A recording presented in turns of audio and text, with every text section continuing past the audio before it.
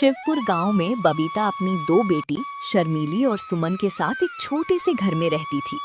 बबीता के पति का कुछ समय पहले ही इंतकाल हो गया था, इसलिए बबीता सोचती है कि उसकी बेटियों की शादी जितनी जल्दी हो जाए उतना ही बेहतर है। मुंशी जी, मैंने आपसे कितनी बार कहा है कोई रिश्ता देखकर बताओ लड़की के लिए। लड़की 19 साल की हो गई है। भाभी जी, मैंने बहुत जगह बात की, लेकिन हर कोई दहेज मांगता है, कोई कुछ मांगता है तो कोई कुछ मांगता है। मुंशी जी, तुम तो जानते ही हो हमारे घर में कोई काम करने वाला नहीं है। मैं जो दूसरों के घरों में काम करके पैसा कमाती हूँ उससे तो बस घर का खर्चा ही चल पाता है। ऐसे में हम दहेज कहाँ से देंगे? भाभी जी, एक रिश्ता है, लेकिन आदमी की उम्र लगभग 50 साल है। उसकी पहली पत्नी मर चुकी है, पहली पत्नी से 2 बच्चे भी हैं, लेकिन आदमी मालदार है। तुम्हारी बेटी को कोई परेशानी नहीं होगी। लेकिन मुंशी जी, उम्र बहुत ज्यादा है, लोग देखेंगे तो क्या कहेंगे? लोगों का काम तो कहना ही है। अगर अच्छे घर में करोगी तो दहेज देना ही पड़ेगा। आजकल कोई भी आदमी बगैर दहेज की शादी नहीं करता है, और तुम्हारे पास तो खुद के खर्चे के लिए भी पैसे नहीं है। ऐसे में दहेज कहाँ से दोगी? तुम सही कह रहे हो मुंशी जी, हमारे पास तो फूटी कौड़ी भी नहीं है। तुम बात करके लड़की की शादी करवा दो। कुछ ही दिनों में शर्मीली का विवाह हो गया। जिस आदमी से विवाह हुआ था उसका नाम था अशोक। अशोक एक सरकारी कर्मचारी था। अशोक के 2 लड़के थे, आकाश और सुमित, और एक विधवा बहन भी थी जो घर की मालकिन थी। उनका नाम रूपाली था। आकाश अपनी माँ के लिए बाजार से कुछ ठंडी चीजें ले आ। गर्मी बहुत हो रही है। उतने में ही अशोक आ जाता है। उसके हाथ में कुछ सामान था। अशोक शर्मीली को खुश रखने के लिए कोई ना कोई तोहफे रोज लाया करता, लेकिन शर्मीली को ना जाने क्यों अशोक के पास बैठना और हंसने बोलने में भी संकोच होता था। इसका कारण ये था कि अब तक ऐसा ही एक आदमी उसका पिता था, जिसके सामने सिर झुकाकर देह चुराकर निकलती थी। अब उनकी अवस्था का एक आदमी उसका पति था। वो उसे प्रेम की वस्तु नहीं, सम्मान की वस्तु समझती थी। उनसे भागती फिरती थी। अशोक के सामने आते हुए शर्माती थी। अरे भाग्यवान, तुम मुझे देखकर ऐसे भागती हो जैसे मैं कोई खौफनाक जानवर हूं। अरे मैं तुम्हारा पति हूं। अगर तुम ऐसे ही शर्माती रही तो घर कैसे चलेगा? तुम अब इस घर की मालकिन हो, जो मन में आए वो करो। अशोक अपनी बहन रूपाली को बुलाता है और उससे घर की चाबी लेकर शर्मीली को घर की खजांची बना देता है। रूपाली, अब से तुम कुछ भी काम नहीं करोगी। जिस भी चीज की जरूरत हो शर्मीली को बोल दिया करो। और शर्मीली, तुम रूपाली का ध्यान रखना। बेचारी सारा दिन परेशान सी रहती है। घर में जिस चीज की भी उसे जरूरत हो उससे मंगा लिया करो। मैं हर महीने की तनख्वाह तुम्हें दे दिया करूंगा, क्योंकि घर के सारे खर्चे अब तुम्हें ही उठाने हैं। अशोक पूरे महीने की कमाई शर्मीली को दे देता है। उनका ख्याल था कि शर्मीली इन रुपयों को देखकर फूली नहीं समाएगी। उधर अशोक की बहन रूपाली मोहल्ले की औरतों से शर्मीली की खूब चुगली करती है। अरे जब से आई है मालकिन बनी बैठी है, एक एक पैसे का हिसाब लिखती है। मैं कभी अपनी जरूरत के लिए थोड़े बहुत पैसे मांग लेती हूँ तो टाल मटोल करती रहती है, फिर कहीं 3-4 बार कहने पे ही पैसे देती है। बहन, तेरे भाई को भी जब बुढ़ापे में इस जवान लड़की से शादी करने की पड़ी थी, कोई मेल भी तो हो।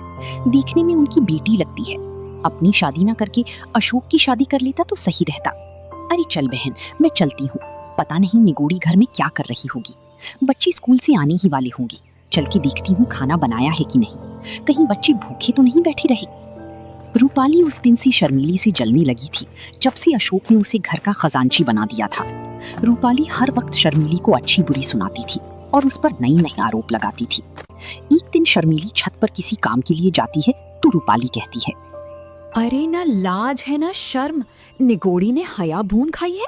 अब क्या कुछ दिनों में बाजार में नाचेगी? लोग देखेंगे तो क्या कहेंगे कि कल परसों की बहू छत पर चढ़ी डोल रही है। अरे अपने घर को सीखा था या नहीं?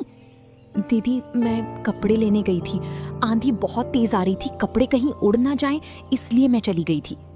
अरे मुझे बुला लेती, मैं क्या मर गई थी? लेकिन तू मुझे क्यों बुलाएगी? तुझे तो दूसरों से नैन लड़ाने हैं। घर का सारा काम यूं ही पड़ा है। बच्चे स्कूल से आने ही वाले होंगे, उनके लिए खाना पकाया है कि नहीं? सुबह से कपड़े ही धो रही थी, बस अभी फारिग हुई हूँ, अब खाना ही बनाने जा रही थी। अरे गांव के एक कोने में एक पुरानी झोपड़ी थी। उसी में रहती थी दो बहनें, ज्योति और मीरा। माँ बाप कुछ साल पहले आई महामारी में गुजर गए थे। उनके जाने के बाद दोनों बहनें खुद ही एक दूसरे की सहारा थे। एक दिन अपने ही धुन में झूलती हुई मीरा मंदिर से लौट रही थी। हाथ में पूजा की थाली थी, चेहरे पर वही पुरानी मासूम मुस्कान। अब आई है तू मीरा? सूरज सर पर चढ़ आया और तू फूल चूहिया बनकर घूम रही है मंदिर में। दीदी, मैं जल्दी आने वाली थी लेकिन गौरी काकी की बकरी झाड़ियों में फंस गई थी। निकालने में थोड़ी देर हो गई। तेरा क्या है? तू तो सबकी मदद करती घूमती रहे, चाहे घर में चूल्हा जले या ना जले। दीदी, आप गुस्सा क्यों करती हो? माँ कहती थी जो दूसरों के काम आए वही इंसान कहलाता है। माँ अब नहीं है मीरा, और उनके कहे बातों की अब इस दुनिया में कोई मूल्य नहीं रही। अब कोई किसी के लिए कुछ नहीं करता। मीरा चुप हो गई। उसके चेहरे पर हल्की उदासी थी। वो झोपड़ी के कोने में रखे उस लकड़ी के संदूक तक गई जिसमें माँ की यादें अब भी सांस लेती थीं। संदूक से निकाला हुआ एक साड़ी मीरा छू के अपनी दीदी से बोली, दीदी, जब यह साड़ी माँ पहनती थी ना, तब हमें देखकर मुस्कुराती थी।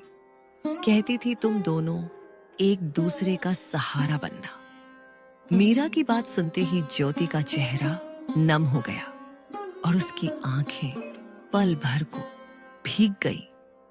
लेकिन ज्योति अपनी भावनाओं को छुपाते हुए मीरा से बोली, मैं तुझसे सख्त हूं मीरा, क्योंकि मैं डरती हूं अगर तुझे भी एक दिन कुछ हो गया तो मैं अकेले कैसे जीऊंगी। इस दुनिया ने मुझसे सब छीन लिया है। मैं नहीं चाहती तू भी मेरी तरह कमजोर पड़ जाए, इसलिए तुझे मजबूत बना रही हूं। दीदी, आप कमजोर नहीं हो, आप ही तो मेरी ताकत हो। अगर आप मेरा हाथ थामे रखो तो दुनिया की आंधी भी मुझे हिला नहीं सकती। मीरा की बात सुन के ज्योति के चेहरे पर उसके माता पिता के जाने के बाद पहली बार हल्की सी मुस्कान आई।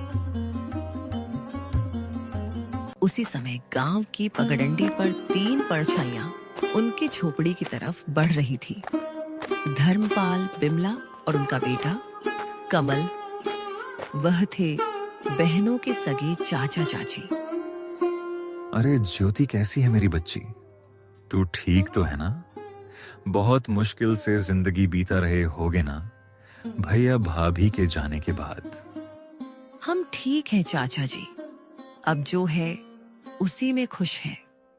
खुश झोपड़ी में तुम्हारे हिस्से की जमीन को हमारे नाम कर देती तो हम तुम दोनों को अपने यहाँ रहने देते।